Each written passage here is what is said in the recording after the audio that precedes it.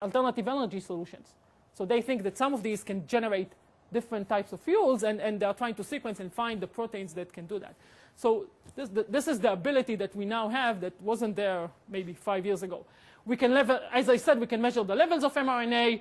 We can measure structures of protein. We can measure which protein interact with each other. We can look at this feedback loop that tells us which proteins control which other proteins, and so forth. And all of this can be done using high-throughput methods. Basically, they give you a lot of information together. And now the question is, what do we do with this information? How can we put it together so that we really understand what's going on inside the cell? So each of these types of data sets gives us a specific view of the activity inside our body. And the challenge, computationally, also biologically, is to put this together and understand, for example, how does cancer progress, right? We start with a sequence. There are some mutations that lead to some proteins being misgenerated, and these interact with other proteins that in turn affect the generation of others, and cancer is one outcome of this. So if we can put all of this information about what is the sequence, what are the levels of the proteins, which proteins interact with each other, which proteins control which other proteins are going to be generated, try to put it together, we may get a model of how things go wrong, for example, in cancer. So this is the main focus of the work in computational biology over the last, I would say, decade. Because we could have collected other types of data for many decades, right? We can observe people, we can do post-mortem, I don't know, take some organs and look at them under the microscope, but it was very hard to collect the cellular data over these years. But I don't want you to get the impression that computational biology is only about what's happened inside our body. So can anybody tell me what is the most important sporting event that happened this week? Important, I mean, in terms, for example, of the number of spectators that actually watched it. Yes? Right. So clearly the Boston Marathon is the most important sporting event, right, of this week. A lot of people heard that Jerry Jones wanted to break the record for the number of spectators in the Super Bowl, and he was trying to pack 108,000 people into Dallas Stadium, but he didn't succeed. Boston Marathon is being watched live by more than 500,000 people. So it's definitely a very important event. Another thing that happened in the Boston Marathon this year is that the runner that won the Boston Marathon did it in an incredible time. They actually did it a minute faster than the best time recorded for marathons ever. So basically, they ran it in 2:03, which is something like 4 minutes and 45 seconds per mile for 26 miles. Most people here, if not everybody, cannot run one lap of the CMU track in the time they ran 104 laps. So this is incredible. And breaking the record by 1 minute is also unheard of. Now, if you talk to sport analysts, they actually credit this with the structure of the Boston course. So Boston, unlike almost any other marathon, including the Pittsburgh Marathon, which is going to be in 3 weeks, is not a point-to-point. So you don't start and end at the same point. You take the buses 26 miles, and then you run back. And as it happened, sometimes this helps you because in this year, for example, they claim that there was a very strong tailwind the entire way. You can't have it in Pittsburgh because you run in a circle, but in Boston you had a 15 miles tailwind. Someone pushed you for 15 miles per hour, and you can think that that definitely helped. But what the analyst ignored is the fact that it's really a function of computational biology. So last year, there was this paper published in PLOS Computational Biology, one of the leading computational biology journals, which analyzed the metabolic intake required to marathon runners and gave you some formula about how much you need to eat. I don't know how many of you watch the Tour de France, but when you see them crest these mountains, they usually go to the back and they take something and eat it and then go down. In marathon, you also can eat during the marathon or drink. And this paper analyzed computationally what is the caloric intake that you need and what is the best efficient way. And obviously, they read it and took it into account and was able to improve. No, but at least this is definitely one direction that computational biology can go, even though it's not necessarily molecular. So this looks at metabolic intake, which is basically organ or even body-based. So there are things you can do in other levels of computational biology. Another example is clinical application of computational biology. So here is an example of a clinical test that is being used right now. And that test basically measures the levels of genes in a tumor. So basically we have, if you have a breast cancer and it's recurring, there are a few things you can do, a few alternative treatment options. And using this test, it actually tells you what option is best for you. So you can do different things or you can take different drugs. The test basically tells you which one you should do. Before that, before this test existed, people would just try one of them. And if it didn't work, would have to switch 6 months later. The problem is, of course, that, first of all, you waste 6 months, and sometimes this is, lethal. I mean, if you didn't take the right treatment. And also, you can have side effects of the treatment, even if it doesn't, the treatment doesn't help you. It can actually harm you. So this type of tests are very important. And you can see, this is a Washington Post report. But the idea is instead of, there are tests before, there are some existing tests that look at something called biomarkers, but they usually look at one protein at a time. This is the first test to look at a lot of proteins at once, in this case 70 proteins. And Washington Post really says that this is a formula, but in reality, they're using a classifier, basically. And it's proprietary. We don't know which classifier they're using, but it's probably a variant of support vector machine based on some early papers they published. And you take this, you measure the levels of proteins in your cell. You have 70 different values that you take into account. And based on some classification that was trained on a lot of different individuals, you make a prediction. And based on the prediction, basically, people decide which drug to take. So this is something that came out of computational biology, of course, applied to clinical applications. This is some work that we did where we took hidden Markov models and used them to combine static and time series data to model some systems in the cell. So data integration is a key issue in computational biology. We have a lot of these types of information. Some of them are static, some of them are temporal. How do we put them together? Another example or another area of machine learning that is being used is active learning. I don't know if you had time to cover active learning, but this is a process in which instead of working with training example, you actually actively seek the different training examples. And a few years ago, and this has been extended since, researchers in the UK developed what they call the robo-scientist.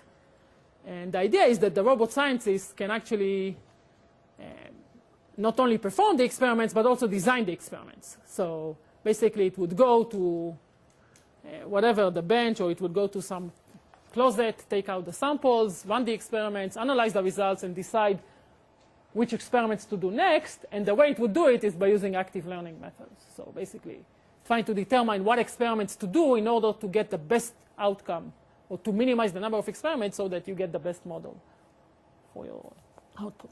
So this, again, this is something that was done with machine learning in mind. OK, so machine learning covers a lot of different aspects of this.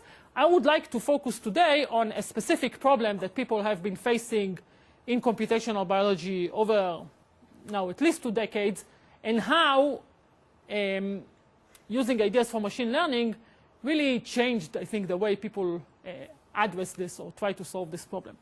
And the problem that I'm going to focus on is how to deal with sequence data. So sequence data, as I said, is something that is very common in biology, right? Everything basically is derived from sequence. Of course, nowadays we know that sequence doesn't dictate everything. There are things beyond sequence. But sequence definitely plays an important role. A lot of diseases are associated with changes in sequence. So anybody knows how long the DNA is of individuals? I mean, we have trillions of cells inside our body, right? 50 trillions. Each of these has a copy of the DNA, which is a big book, which has a number of different letters. Anybody knows how many letters? Yes? What? No, not the, right. Total number of letters in the DNA. Anybody that is not maybe a computational biology major? Give a guess. Not the 4 letters, right? I mean, how many? What's the size? What's the length of the DNA? If we look at, everybody heard about the DNA, right? I mean, it's all the. Less than 6 What? Less than 6 billion base pairs, isn't it? Less than 6 billion, yeah. But there's a lot of numbers below 6. What? Something like 2, 3, 4, 5, or 6 billion. Right. So billions is the right range. It's basically 3 billion letters, which is very large. Anybody try to copy 3 billion letters ever? So our body does it all the time, right? I mean, cells are generated all the time, and they are generated by copying the DNA of another cell and producing a new cell, basically splitting into 2. So the sequence in our body, of course, if you think about it, if you would try to copy 3 billion letters, you would make some mistakes. And the cells also make some mistakes. There is a very elaborate error correction mechanism employed in each of our cells, but even that is not enough. So some mistakes do happen, and then what happens is sometimes, or most of the times, these mistakes don't make any difference. But in some cases, the mistakes are problematic.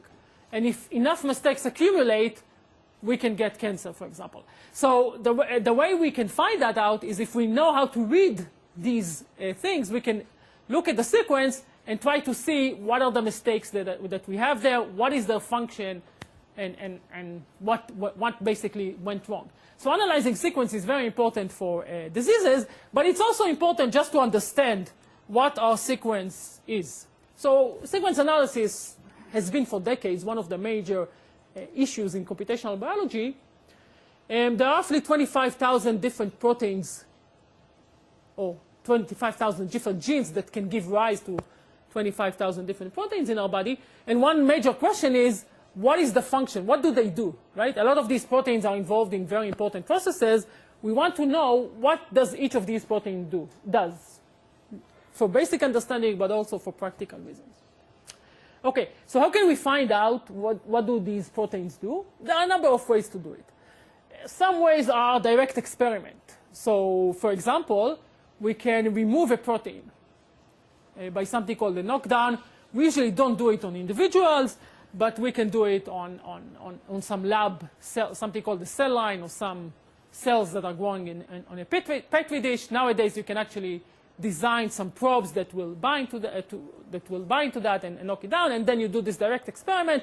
It's possible, but it's a very lengthy process, and even that requires a lot of hypothesis before you start doing it. You can look at partners, like in social networks, if you want to know something about individual. If you know its social network, it tells you immediately, right? If you see that someone is interacting with a lot of sophomores, it might tell you that this guy is a sophomore or a junior at CMU, for example, right? So similarly in proteins, if we know a lot of other proteins and we see that this guy interacts with a lot of other proteins, it tells us something about the protein. We can look at the structure. Proteins are machines, basically. And if we know how the 3D structure, we can tell something about their function, but it's actually very hard to do. So all of these experiments are very hard to do, but there is one thing that is pretty easy to do, and that's look at sequence homology. It turns out that a lot of proteins are very similar to other proteins that do the same task, because sequence usually implies structure, or it has some relationship to the structure of the protein. And if two proteins share very large parts of the sequence, then they're going to share structure, which in turn means that they'll share function. Now, let's say I'm giving you a database of a lot of proteins that I know what they do. It doesn't have to be necessarily in human. It can be in other species. So, for example, a lot of people work on mice. A lot of the drug discovery is done on mice.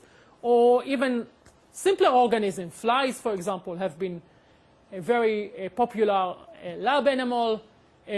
Below that, worms, specific type of worms are very popular.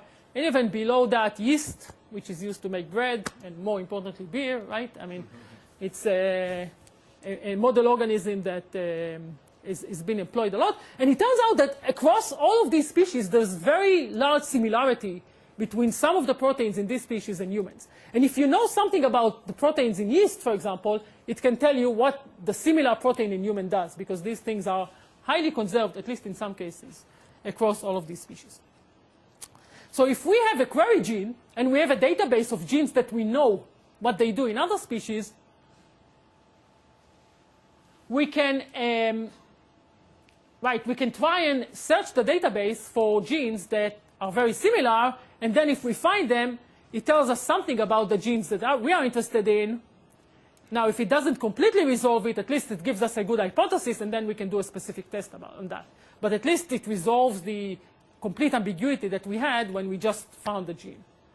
Okay, so for example, when I said this guy, Venter, goes to the ocean and fishes out all these organisms, when they sequence them, they can find the genes and then blast or compare them over all the other genes, and then they can see which ones are new or which ones have been worked out already. So this is a reasonable strategy, but of course the question is, how do we decide what is similar and what is not? Or how do we compare two different sequences? And how do we determine what is the similarity? And again, this has been a major issue, so we can actually construct these databases. There are actually databases like that. Many of them are hosted by the National Institute of Health in DC. And the question is, given some sequences, or given a database of sequences and a new query sequence, how do we determine what are the most similar sequences to my sequence of interest? Okay, so this is a computational problem, but it has a lot of practical implications. And initially, this was based primarily on combinatorial methods, on combinatorial matching algorithms. There's still a lot of work on combinatorial matching algorithms, but more recently, even starting a decade ago, people have started to move to using machine learning tools for a number of reasons, which we'll discuss later. So let's just talk about the general problem, computational problem, and what are the methods that can be used, and then see why machine learning methods may be useful for this. So the idea is that we take a set of inputs, or maybe one specific gene, and we look at this gene across different species. So, for example, there are genes that are involved in copying the DNA. Okay? Copying the DNA is something that is being done in all species. So every time cells divide, the DNA has to be copied. So this is a highly conserved mechanism. A lot of genes, a lot of proteins that are involved in this are the same in yeast, flies, worms, and us, basically. Okay, so let's take a gene that we think is the same across all of these species, basically does the same thing involved in this copying mechanism, and put them together. We can see that even though they should do the same thing, and we can see that the letters match pretty well. So by the way, the language of the genes is four letters. They call nucleotides. So we don't have the 24 letter, or the regular alphabets of English or other languages. There's only 4. And they are A, C, G, and T. Okay? So we can take the sequence. We know the sequence of the gene. We put them together. And we see that they are pretty similar. So almost all of them have A in the first row, C in the second row, and A, T, and C in the last row. But we can see some differences. Okay? So something in the middle is missing in some of them. And sometimes we have some changes on the right and left, on specific letters. Now, it's very important to understand where these changes came from, because if we can understand this, we will know how to search for similar things, right? The way changes can occur is going to affect how we define similar things, right? If some changes can occur pretty frequently, we would actually allow these changes and still say that it's similar. But if changes are very unlikely to occur, then we would not use, or we would ignore this if we would look for similar things for our query genes. So how can changes occur in genes across different species? It turns out there are 3 main ways that we can have changes. One of them is substitution. So when the DNA is copied, a letter can change to another letter. So for example, A can change to T, or in this case, C change to G. Now sometimes this substitution, this change is very problematic. But in other times, actually, this change doesn't have any impact. Can anybody tell me in which cases this change would not have any impact? Or anybody knows enough biology to... When genes, but let's say a gene is, I mean, this change is now recorded in the species, so it's not one-time thing. This is all the genes in yeast have this G. All the other genes have C, but in human, in fly, in worm, but just in yeast, or let's say in worm, it has the G. So maybe it's not used sometimes, but if it's there, it's probably used in some cases. But still, even though it's used, the change doesn't matter. So the mapping from the triples in the RNA is multiple to one to proteins. Right. Good. So how is error correction, by the way, carried out in cells? That's an interesting question, right? Because error correction is something we care about in computer science. One way error correction is performed is by a mapping from these letters into the language of the proteins. So proteins are actually sequences of amino acids of specific molecules, and there are 20 different amino acids that can be used to form a protein. Each one of them is encoded by a 3-letter code from the DNA. Because we have 4 possible values for each letter, there are 64 possible triplets of DNA, and they map to 20 different amino acids. So it's a many-to-one mapping. And in some cases, actually, you can think about it on average, every 3 triplets map to the same amino acid. So some changes are not going to make any difference. Okay? Some will, but some are not going to make any difference, at least not in the mapping. They might make differences in other things. We won't go into that. But the difference may not be very important. So there could be a substitution. C changes to G, but it's not going to affect the overall output of this. In some cases, it will affect. So substitutions are one case where you can have changes. Another case is something called insertions. And this actually is important. But the copying mechanism made a mistake and inserted the letter, even though it shouldn't have been there. And another change is deletion. So we can have, even though it should have some letter here, in some species, this was deleted. Okay, so these are the 3 reasons why we may have differences between genes, even if they are very similar. So when we look for similar genes, we need to take this into account and accommodate for these small differences, right? We don't want to say every letter is substitute. Then, 2 completely different things are completely, that's not interesting.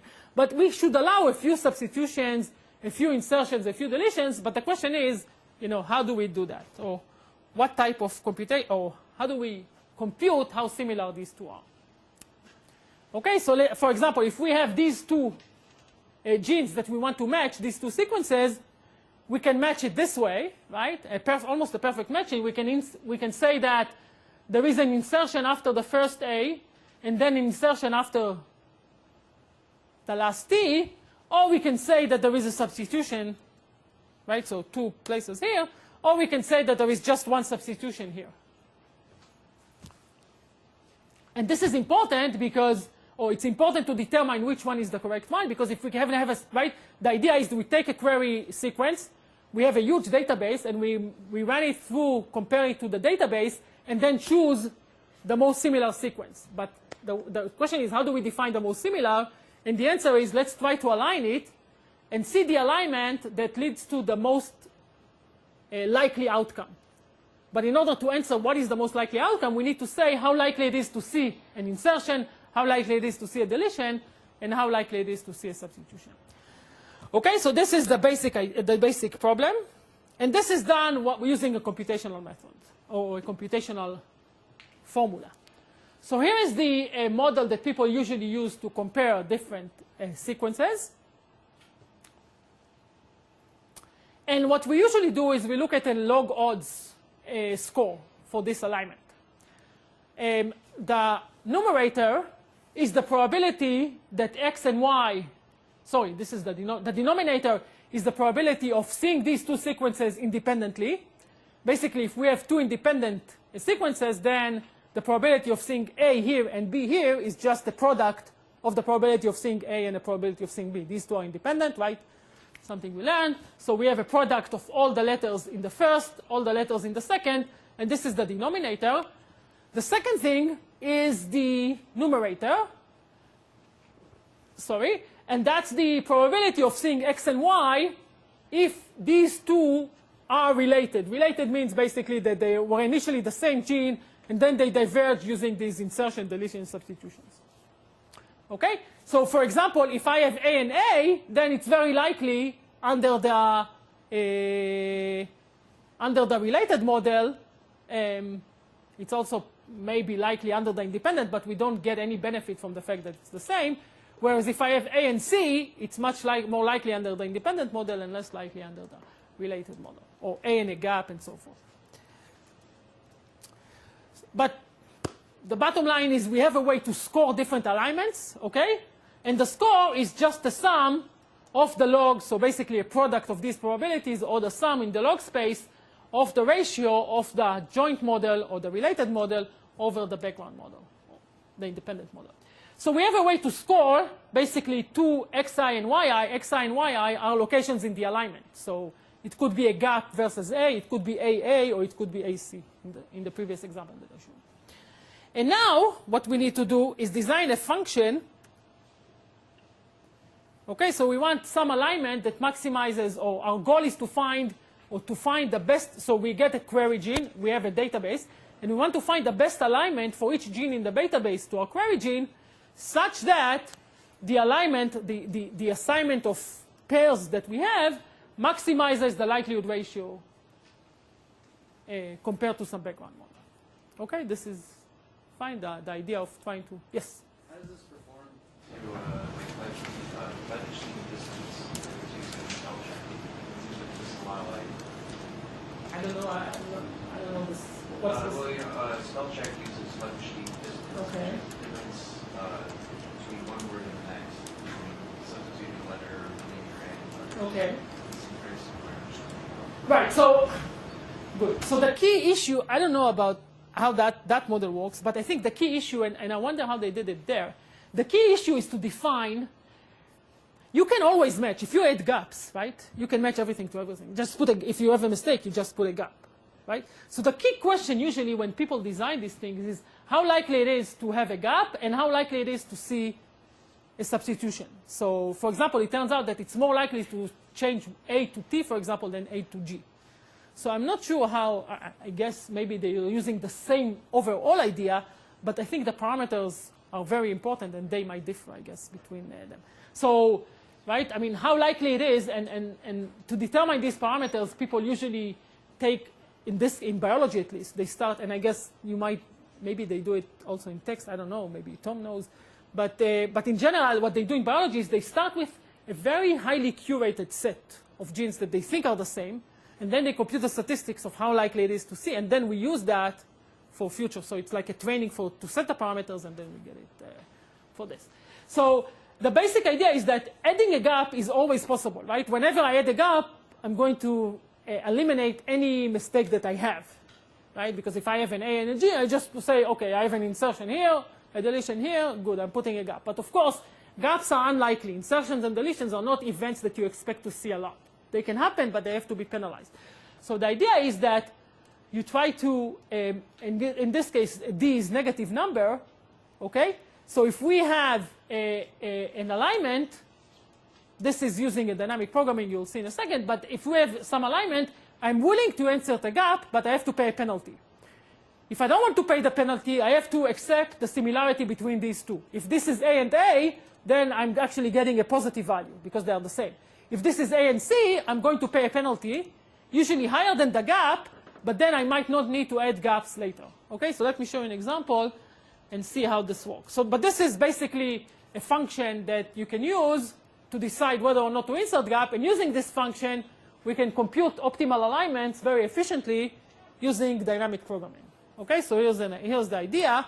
The idea is that we start with one sequence, we put it on the x-axis, the other can be on the y-axis, and then we just fill in this alignment matrix.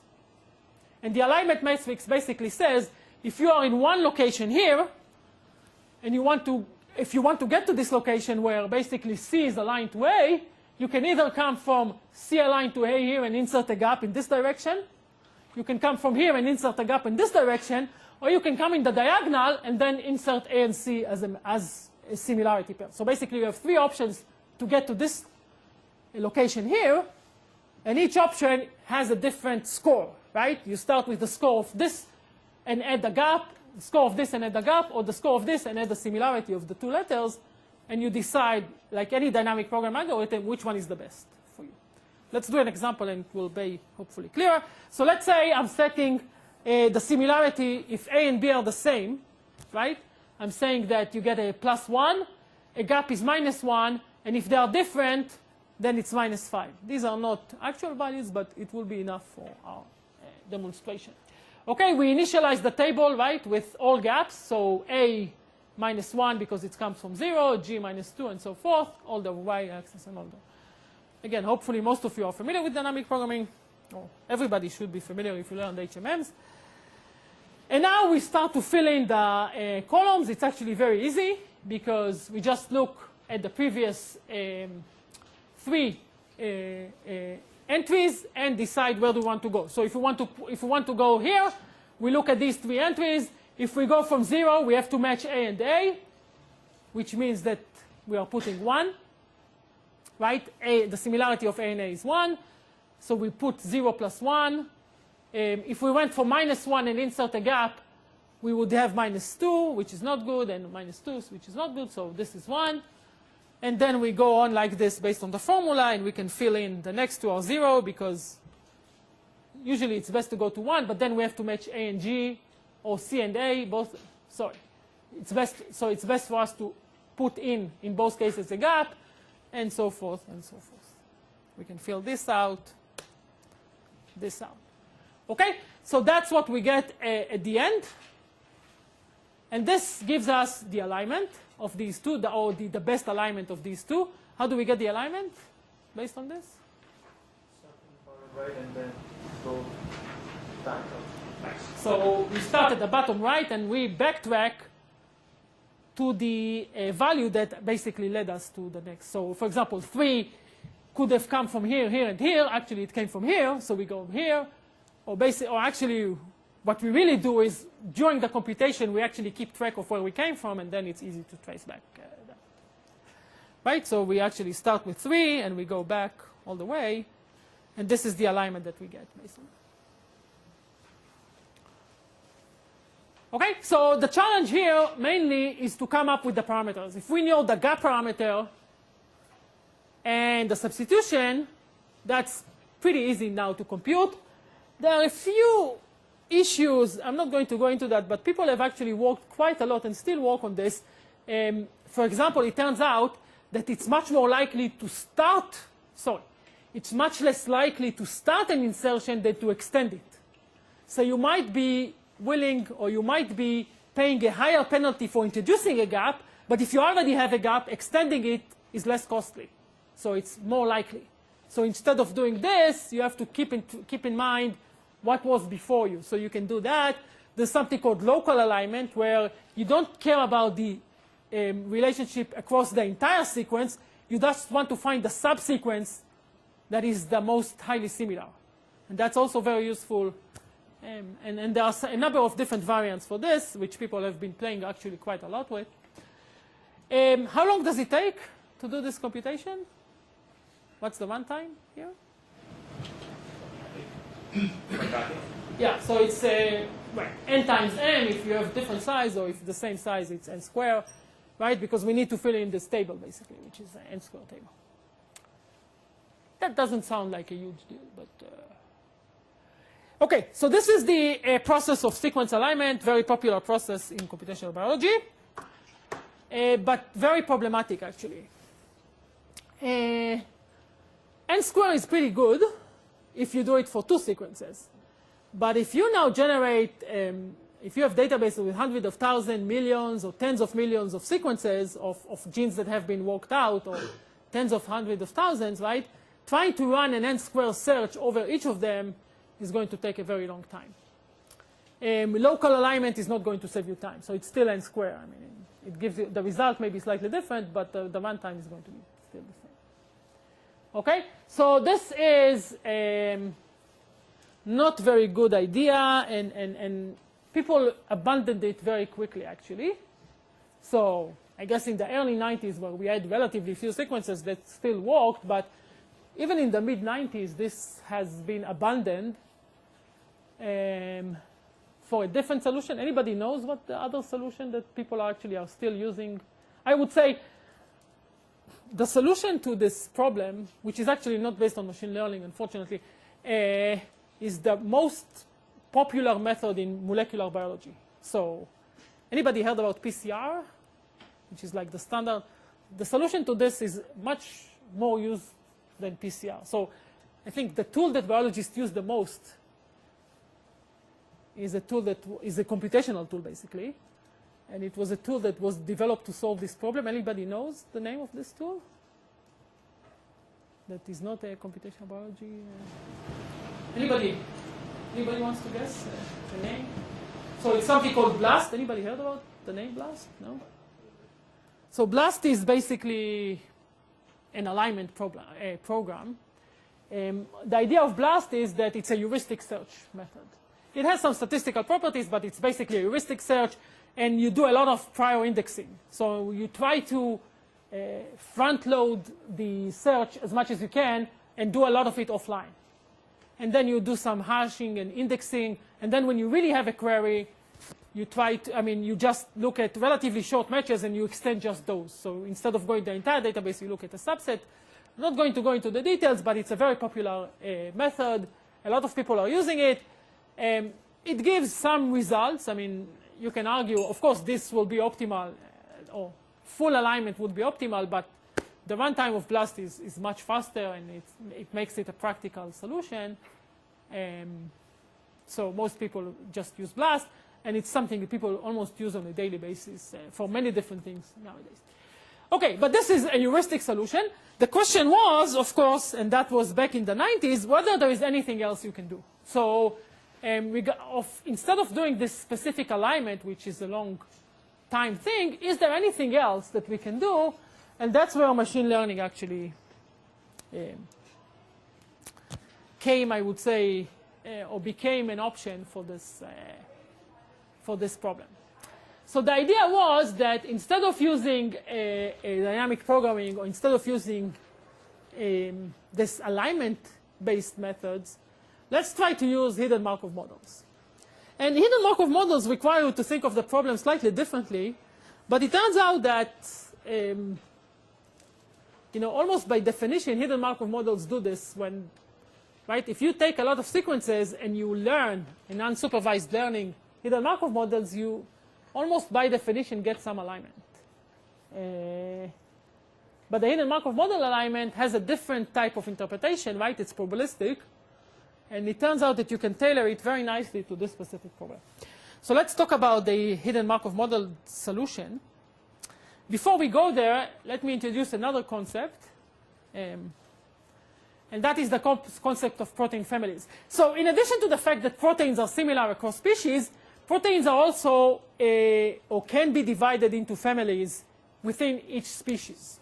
And of course, across the species, they remain the same family. So just as an example, one of the largest protein families is something called receptors, which are usually also the drug targets. So, we have a cell, but cells don't work on their own. They communicate with other things and with the environment, for example, the drugs that enter to the cells. And on the cell surface, there are a set of proteins that are called receptors, and they basically sit with one end outside of the cell and one end inside the cell. So they are the ones transmitting the information from the outside to the inside of the cell. It's possible to actually penetrate the cell, but most cues don't do that. They just interact with the receptors that are sitting there, and these convey the information. Receptors are a large family of proteins. They can be identified because they need this component that allows them to stick inside and outside of the cell.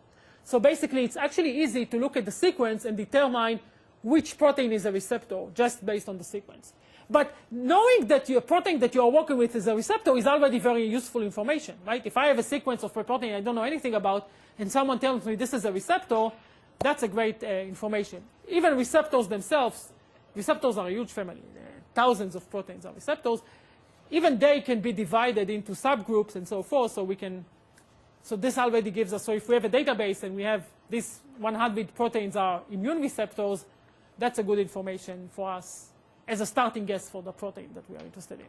Other proteins are interacting with the DNA, so they have a specific domain that can do that, and so forth. So it's possible to divide proteins I mean, it requires some biological knowledge, but it is possible to divide proteins into different families, okay?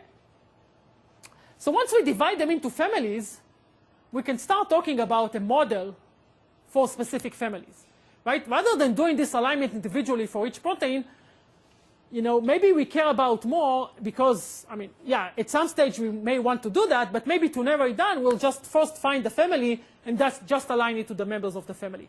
But how do we define a family? A family, not in the sense of biology, but in the sense of sequence. So the question was, how do we come up with a model for a family? And it turns out that you can define it pretty well with a hidden Markov model. Okay, and there are other ways to do it. So people have suggested a number of different ways, something called multiple alignment. I will show you in a second, but it's not trivial. So we can, by the way, we can take the pairwise alignment. Let's say I give you 3 sequences. I give you 3 sequences and I ask you to align them. I mean, right? And each position is basically the sum of the scores of the 3 different alignments. So A to B, B to C, and C to A. How long this will take? What's the computational complexity of doing this? So instead of 2, do 3 or 4 or 5. What? Cube. So basically, right. So you can actually extend dynamic programming into higher dimensions, but it's going to be exponential in the number of sequences you're aligning. What's a possible solution, by the way, for this? If you want to do multiple sequence alignment, I give you 10 sequences and I ask you to align them. One way is to build a model like HMM model, but what's another way of doing this? Simple way that people have played with, which is what I'm writing here. It's not going to solve the problem. It's right. I mean, the solution is exponential, but a heuristic or something around that. Any idea? So one way, right, is to take one of the sequences, have it as an anchor, and align everything to that sequence, right? So instead of getting all the pairs, we just get one alignment. So that's something people actually have used quite a lot. So we take one sequence, we align all the others to it one by one, and that's the alignment we end up with. So we don't care about. But anyway, that's not a very good direction. Another thing is regular expression. Again, I'm not going to go into that. Consensus sequence, so to look at only a subset and forget about insertions and deletions. But what people really, or what became really the canonical solution was to use hidden Markov models for this. So how can hidden Markov models be used for this? So let's assume initially that we have something called multiple sequence alignment, or multiple alignment. I'm not telling you how we get there. We'll get to that. But let's assume initially that someone gives us this multiple sequence alignment. We said that it's very hard to do. It's exponential in the size of the sequences. But if someone gives it to us, then we actually have this aligned sequences. And you can see that here I'm aligning 5 different sequences. And this is the alignment that will minimize, depending on the parameters. But for a set of parameters, this is the best alignment you can get. So I have some insertions, some deletions, and some substitutions. But overall, they are in pretty good agreement. So in order to get an HMM out of this model, here's the formula that we are using. And again, this is very easy because we started with the alignment. In general, we are not going to have the alignment. We're just going to have a bunch of proteins that belong to the same family. But let's assume initially that we do have the alignment. So we start with a predetermined number of states, accounting for the matches that we have here. So here we have 1, 2, 3, 5, 6 match states. And here there is some state that looks like some insertion. Some of them are longer, some of them are shorter, but another insertion. So we start with that. For each position in the model, okay, so for each match state, for example, we assign, so for each state in our HMM model, we assign one column. Okay, so we have one column matches one state, the second column matches the second state, the third matches the third state, this thing will match one state, 4, 5, 6, and 7. Okay, so we have a state matches for each one of those. We set the emission probabilities according to the distribution in each column. So, for example, here I'm saying 80% probability of emitting A and 20% probability of emitting T. Right? Emission probabilities in the Markov model. Similarly here, and so forth. And I'm setting the transition probabilities based on the observation that I have. So, for example, if I'm here, there is some probability of going to the insert state, and there is some probability of jumping to this state here. And this will become clear in a second. By the way, why is it reasonable to assign the emission probabilities based on the frequency that we see? Why is that? So basically I'm saying the emission probability is 0.8 for A and 0.2 for T. And maybe 0.8 for C and 0.2 for G. Why is this something we should do? Exactly. So you have learned this, right? The maximum likelihood estimator of multinomial distribution is just counts. You count how many you see, divide by the total number, and this is the maximum likelihood estimator. Similarly for the transition probability. So let me show you how this looks like, and this will make it clearer. So here's the model we get from starting from the alignment, which is easy, but just to illustrate the idea. So we set 1, 2, 3, 4, 5, 6 match states, 1 insertion state, and the emission probabilities are based on the counts that we see. This is actually pretty dangerous, right? So we assign C and G to 0, whereas A and T we actually have some value. Of course, we don't like to assign things to 0. So one thing we can do is use pseudo counts or any other tricks that you learn to change the initial probabilities. But other than that, it's fine. In terms of transitions, we always transition from the left column to the second column to the third column. But once we get to the third column, some sequences transition directly to the 6. You can see that, for example, the first sequence transitions directly to the 6, and also the first one, whereas others have this insertion state. So we actually count it's 0.6 probability going up and 0.4 going right. And then once you are in the insertion state, right, 2 of the 3 sequences go to the 6th column, and 1 stays there for a while. So we actually compute this probability. So this is the model that we get based on this alignment. Okay, so we have a few match states, right? In terms of the HMM, we have 7 states in this HMM. We have a transition probability matrix, which is pretty sparse, right? We only allow transitions from, in this case, from some states to other states, but not for everything. And we have an emission probability for each state. But this is basically an HMM. What do we do with this HMM? So why did we actually start with that? We can actually build this HMM for any protein family. Let's say we define 200 different protein families. Each time we get a new entry in our database, we assign it to a specific family, retrain, but we have the models. But now, instead of working with tens of thousands of proteins, we have 200 or 300 different models. Okay?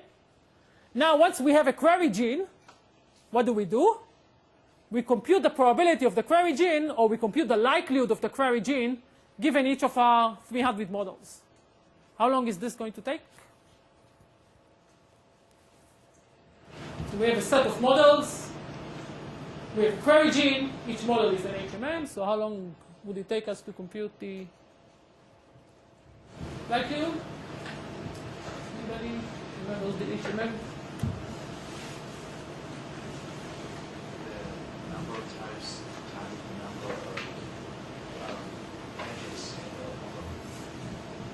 The number of types? What is it? The families. For one family, how long will it take me to compute the score for one family, one model? And also the sequence time, the number of edges in each model. Right. So or in this case, because usually we only have, we are going to have linear number, or relatively small number of outgoing edges for each one, maybe 2 or 3. You'll see in a second. So basically, it's going to be the number of, or the size of the sequence times the size of or the number of states in the model. So basically, because they're roughly equivalent, it's going to be quadratic in the size of the sequence. But now, which is exactly what we had before, right? Because Why is that, by the way? Why is this quadratic? Because we're also doing dynamic programming, right, in the Viterbi algorithm. So HMM is also solved by dynamic programming. But the advantage that so we didn't get any advantage, but the advantage that we have is that instead of doing this for tens or hundreds of thousands, we are doing it for 200 or 300 families. So now we have a representation, probabilistic representation, which is very appropriate here, probabilistic representation for our data set or database that is much more compact, but contains almost the same information as the original representation. So we can actually save huge amount of time, even though the algorithm is basically very similar compared to the original assumption. Okay, so this works reasonably well if we start with a multiple sequence alignment. But what if we don't start, which is usually the case? We get just a bunch of sequences. Let's say we get 200 sequences, and they tell us, here's the family. How do we get a model based on out of that? We don't have an alignment. So how do we go about generating an HMM model?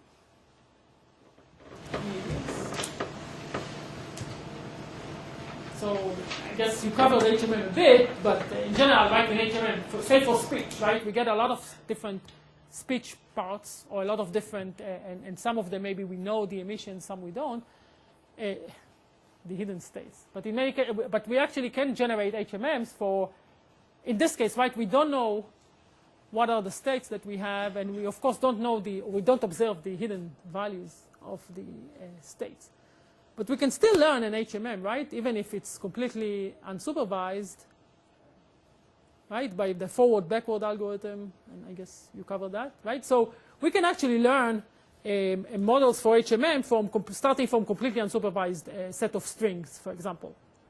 And this is done iteratively using an EM algorithm, right? Which in the E step computes assignments of more or less of the sequences to the different states, and in the M step compute the maximum likelihood estimate given these assignments or soft assignments, and iterates until we get the model of the HMM. So we can do the same thing here. So this is what we talked about, that this takes a quadratic time, and you can actually score it. So if you are given two, right, so this is, if we are given two different sequences, we can say which one is more likely to belong to this family. Okay, but the next question, as we said, is how do we get the HMM when we don't have the multiple alignment to start with? So what we do is we need to determine initially how many match states we have. Or we need to estimate how many match states we have. It's not a huge problem. Usually it's better to estimate more than less, because we can end up with some things that are not used, whereas if we didn't estimate enough, I mean, we won't have where to put the data. So usually we want to estimate more match states than we have. And then we align the sequences. So we start with a model. We align, or some random model, basically. We align sequences to the model, and then we iterate, and we learn the model parameters, and then we iterate until we converge. Okay? And of course, as a byproduct, this produces a multiple alignment, because for each sequence, when we look at the Viterbi part, we can say, did it go to this state, that state, that state, and based on that, we can say, based on some definition we give to the states, we can say, what is the path that the sequence takes, and based on that, we can actually get a multiple alignment. So using the HMM learning algorithm, we actually can get a multiple alignment. To do that, we need to do something called the profile HMM. And we need to, as I mentioned initially, remember why we expect to see differences between the different sequences. So one difference could be substitutions. How do we deal with substitutions in the HMM model? Yes? Right, so we deal with it using emission probabilities, right? So we allow different emissions from the same state. So you have a substitution, instead of A, you're going to have a T, I'm allowing different emissions. Good. What about insertions? How do we deal with insertions in the HMM model? So you add a new letter that shouldn't be there in the HMM model that I've shown you. Yes? How Loops inside of states? So loops, but beyond that, we are adding a new state for the insertion as well, right? So it's not in the same match state, we are adding a specific state that matches insertions. Right. We didn't talk about deletions, but we can handle deletions as well. How would you handle deletions in an HMM model? Every jumps over the state. Okay, so one solution is we have a match state, we have another match state, and we have a deletion, then we jump over that. Any other idea? What if we have 3 deletions in a row? Then you need the next one, and the next one, and the next one. You could use the same ideas for insertions. Okay, how? So you could say that rather than going from this state, going up, going down, you could just directly go less deletion. Okay, and then? Right, so you can, and what's the emission for the deletion state?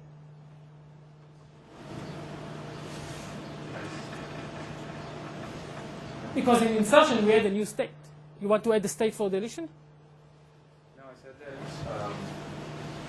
you could model the original sequence itself with states which are not using linear. Right. So basically add a new state for the deletion, you're saying.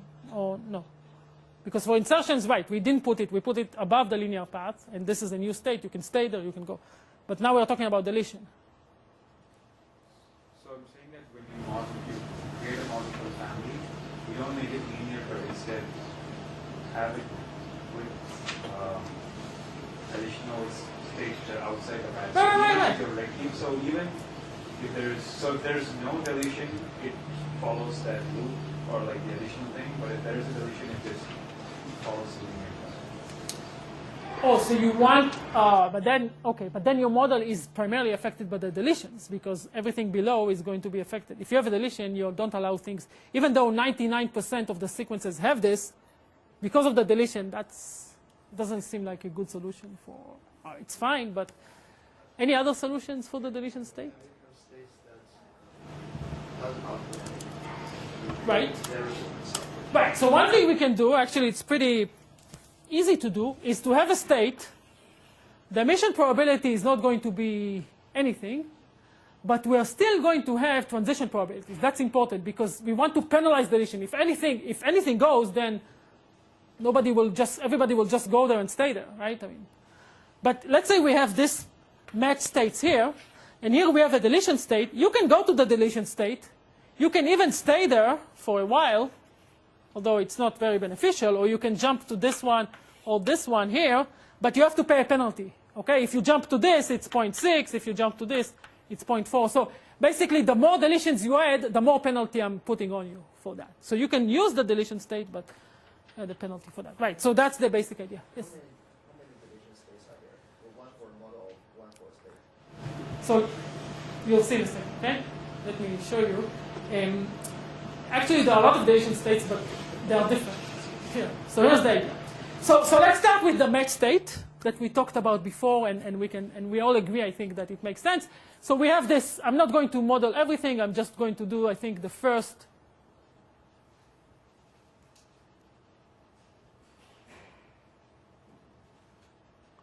Okay. So I skipped this A thing. I don't know why. Anyway, so this is the first, second, third, and last column. You can see that I'm not putting probabilities here yet. I am putting the emission probabilities based on the alignment.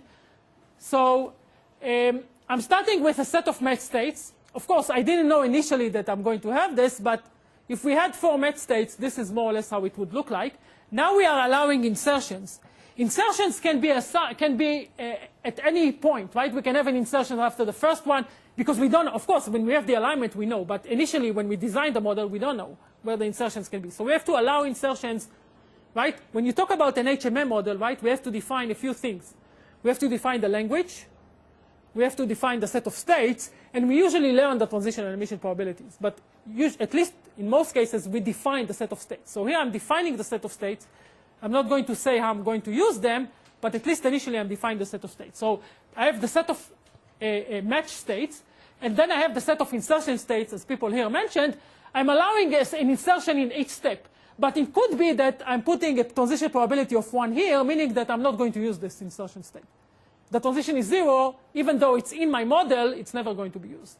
Okay? But I'm allowing it. In some cases, I'm going to use it as we did before for this. Now, in addition to this, I want to put deletion states. And deletion states look like this. First of all, you can transition from one deletion state to the next, which is something we talked about because you can have multiple deletions at once, but you're going to pay a penalty because the transition probabilities are going to be low, depending on your model, but it's likely going to be low. But also, you can go from a match state to a delete state and then jump back to the next match state, or go to the delete and jump 2 states and so forth. So you can insert, so you have 3 types of states: a match state, an insert state, and a delete state. And by learning the parameters based on your data, you will get the alignment and you'll get the probabilities. Yes, question? You can go directly from an insertion to a deletion in the model? In this model, you're allowed. I mean, this is a design thing. You can decide that you don't allow that or you allow it. It's up to you. I mean, basically. I mean, of course, with all these models, the big challenge is how much data you have. If you have a very large family with 500, 1,000, you can have more complicated model. I mean, you talked about overfitting, right, in this class. So the more data you have, the more complex model. In theory, it could be that you'll go from an insert to a delete state. I mean, it could happen. Whether or not you want to allow it is based on how much data you have to basically learn it. But in practice, it could happen. Okay, so this is a specific type of hidden Markov models called profile hidden Markov models. And they actually have been pretty popular. A number of people have developed them, including Hausler, David Hausler, who is one of the leading computational biology people, but also was one of the leading machine learning people before that. And they are widely used to describe, basically all protein families are now modeled using this type of models. And when you have a new protein, you can just align it to these. So first of all, it gives you an idea. It gives you a lot of other information. It gives you an idea what are the important proteins, what are the match states, what are the important characteristics of this family. But also when you have a new query, you can just look at the model, and if you have a few hundred models, just align it to the model and get the results from this model. But by the way, what's the drawback of this method? For protein families, what could be a problem with this? What's the drawback of using hidden Markov models for modeling protein families?